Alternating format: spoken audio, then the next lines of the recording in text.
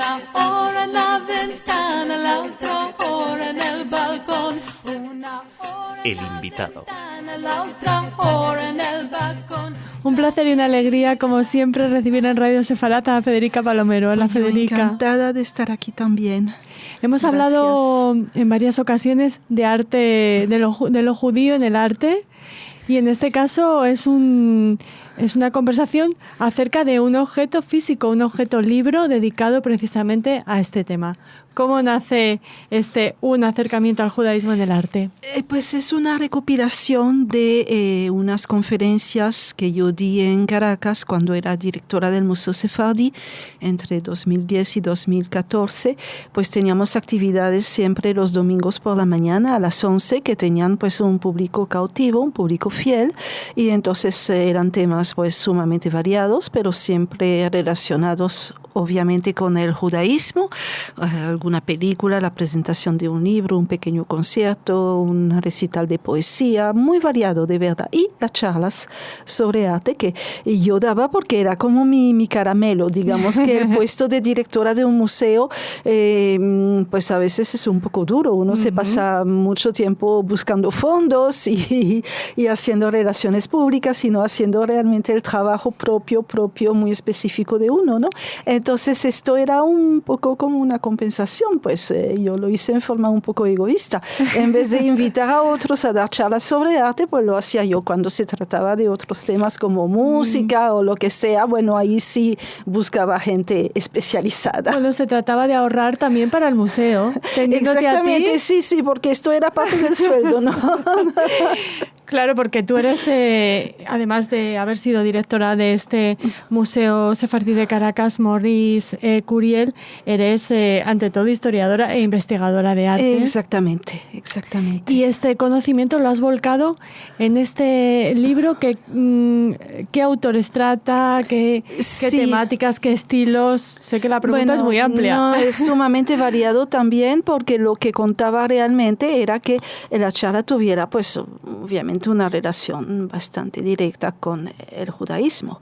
Incluso hay una charla sobre Rembrandt que yo di y que no está en el libro porque, claro, Rembrandt tuvo relaciones con la comunidad judía de Ámsterdam, vivía incluso él pues ahí en el mismo barrio judío, pero era una cosa como un poco forzada tal vez porque era pues el año Rembrandt y entonces queríamos hablar de él, entonces inventamos esto así, tú sabes, a veces un poquito tirado de los cabellos. Claro, está la hora famosa de la novia judía, que de hecho no se sabe si es una novia, tampoco se sabe si es judía, ¿no? Entonces por eso, sí, por prudencia, bueno, lo dejamos afuera. La idea era esa, que fueran artistas judíos o muy relacionados, porque Kiefer, por ejemplo, no es un artista judío, pero él ha tomado pues el judaísmo como un tema de reflexión muy profundo, muy hondo, podríamos decir que hasta filosófico dentro de su obra. Entonces tiene pleno derecho a estar ahí. E incluso cuando se amplió el Museo de Arte de Tel Aviv, cuando se creó el ala nueva, la primera exposición que hubo ahí fue la exposición de Kiefer. Entonces esto me dio como un poco de legitimidad para integrarlo. El caso de Boltanski, que bueno, es judío sin serlo, que lo es de origen, pero que no fue educado dentro del judaísmo, pero que, como él dice, aunque nunca haya pisado una sinagoga, se siente como un niño del Holocausto. Y de hecho toda su obra está muy relacionada, con el pensamiento judío del siglo XX, con Walter Benjamin, Adorno, con Jacques Derrida, con Adorno, con Pierre Nora. Entonces, bueno, también es lógico que esté ahí. Y lo demás, bueno, pues son artistas absolutamente indiscutibles, como Soutine, como Modigliani, como Chagall, como Rothko y otros menos conocidos, como Felix Nussbaum o como Maurice Daniel Oppenheim. También hay un pequeño ensayo sobre la exposición de arte degenerado que a mí me gustó mucho pues integrar esto porque tiene un aspecto histórico realmente muy importante, ¿no? De hecho, hay que saber que muchos de los artistas que estuvieron en esta exposición no eran judíos, sino que eran de vanguardia, y ya eso era suficiente pues para perseguirles. Exactamente. Para ¿no? marcarles. Como... Sí. Y hay la contrapartida, que son los artistas que se salvaron, es decir, los artistas que lograron pues exiliarse y se fueron muchos a Estados Unidos, donde el aporte de ellos fue realmente fundamental para ese despegue del arte norteamericano al terminar la Segunda Guerra Mundial. Bueno, también hablo de Pizarro. Además, en Venezuela le tenemos un cariño muy especial porque él pasó 2 años de su juventud allí, hizo obras muy importantes en dibujo y acuarela, y hay unas colecciones también bien representativas de él allá, ¿no? Pues está Rothko, no podía faltar. A ver, ¿qué más? Pizarro. Ya lo dije. Agam. Y Agam está con Vasarely. Vasarely no era judío, pero como son 2 trayectorias tan parecidas de 2 artistas que pertenecían a la misma galería, que se conocieron, que compartieron muchísimo, sobre todo en su afán por hacer un arte no solamente geométrico, sino también un arte de alcance público a través de la arquitectura. Entonces yo creo que podría ser interesante ponerlos juntos, ¿no? Muchísimo.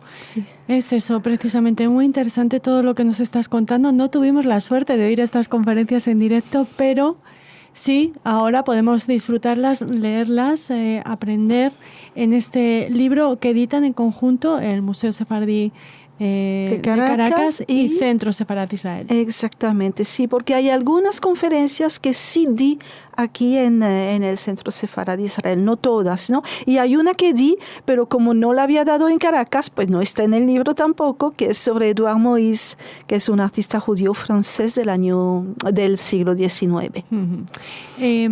Vamos a hablar de la portada. Nada más verla te he dicho, me encanta la portada, y entonces tú me has dicho que que el artista te resulta muy familiar. Sí, la hizo mi hija, y yo lo único que le dije, la única pauta que le di fue que yo no quería una obra de un artista porque no me parecía justo, pues eso fue lo único, que lo resolviera ella. La diseñadora es ella, no yo. Y entonces hizo este mosaico que gustó mucho, que tuvo muchísimo éxito, porque además es como un poco un puzzle, un rompecabezas, y la gente busca identificar entonces las franjas, ver a qué artistas pertenecen, etcétera. Me pareció un logro. Hablando de eso, no sé si el título es acertado. Permítame Yo esta tampoco crítica. sé, ¿eh? Porque un acercamiento al judaísmo en el arte remite un poco a una visión superficial, y tú no haces eso en este libro. Gracias, pero yo quise ser prudente. Es decir, no quise dar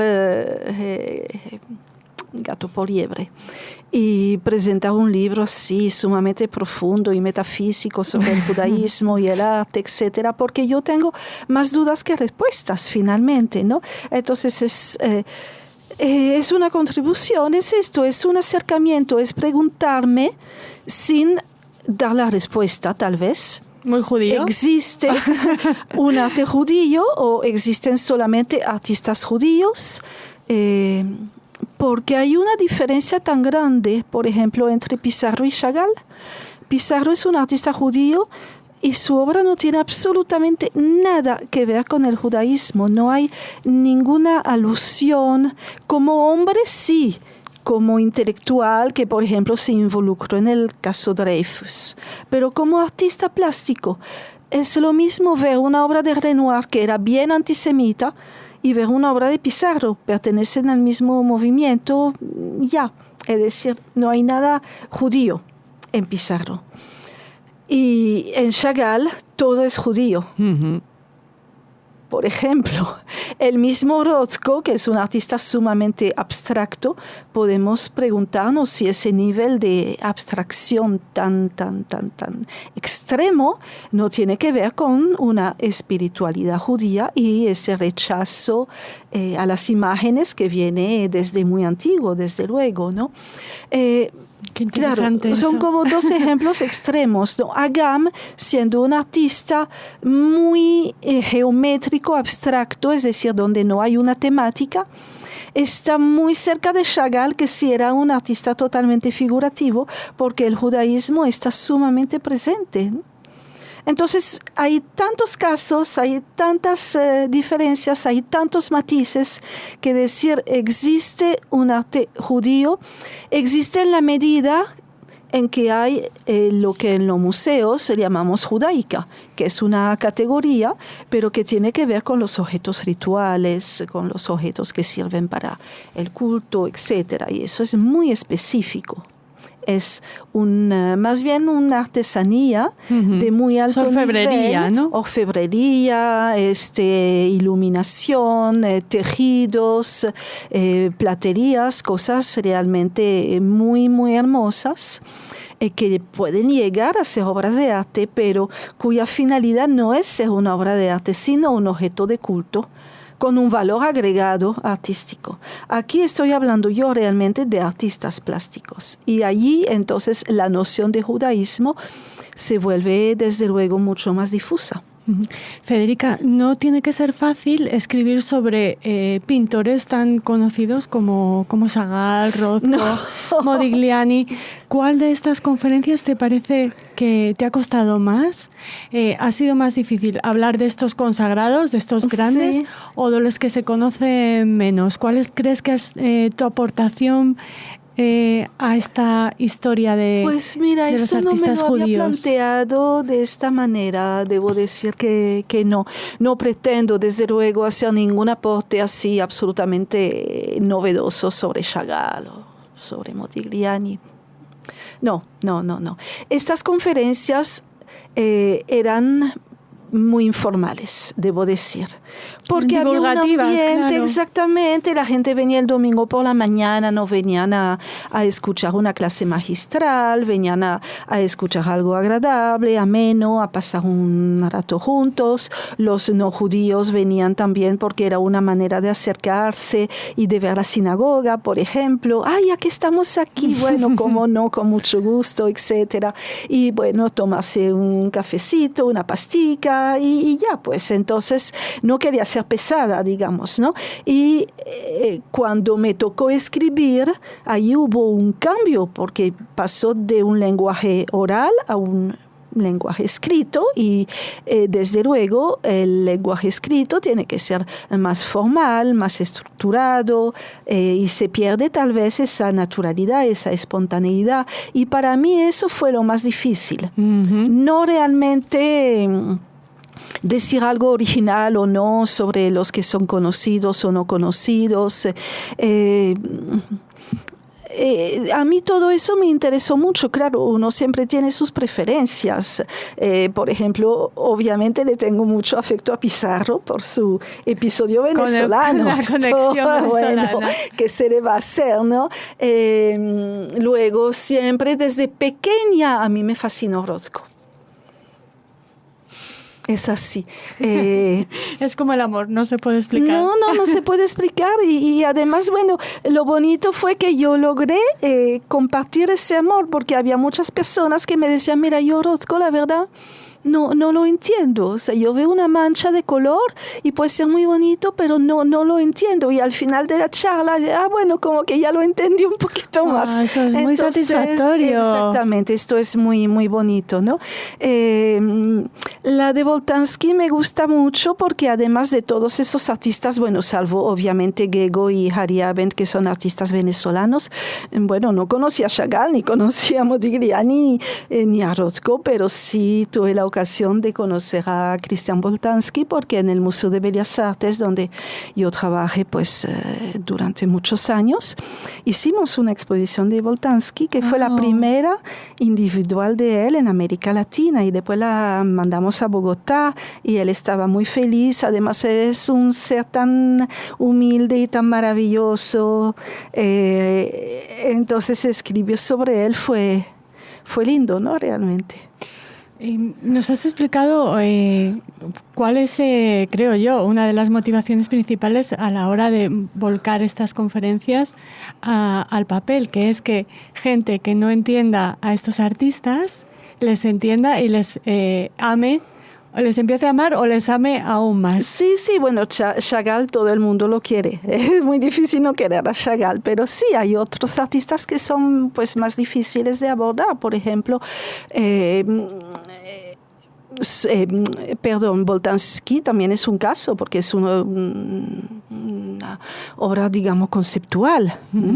Entonces, a veces, bueno, la gente que está muy acostumbrada a los lenguajes más convencionales, digamos, más tradicionales, sobre todo, porque uno puede ser muy convencional haciendo un performance.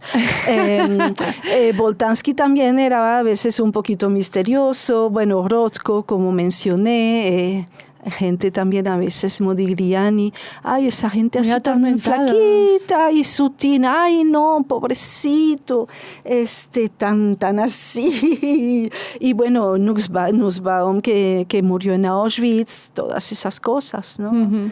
Entonces sí, es una manera de divulgar y que después, bueno, la gente en su casa pues pueda leer con más calma. Además, bueno, yo intenté hacer ordenar las charlas porque no están en el orden en el cual yo las di en el museo, ¿no?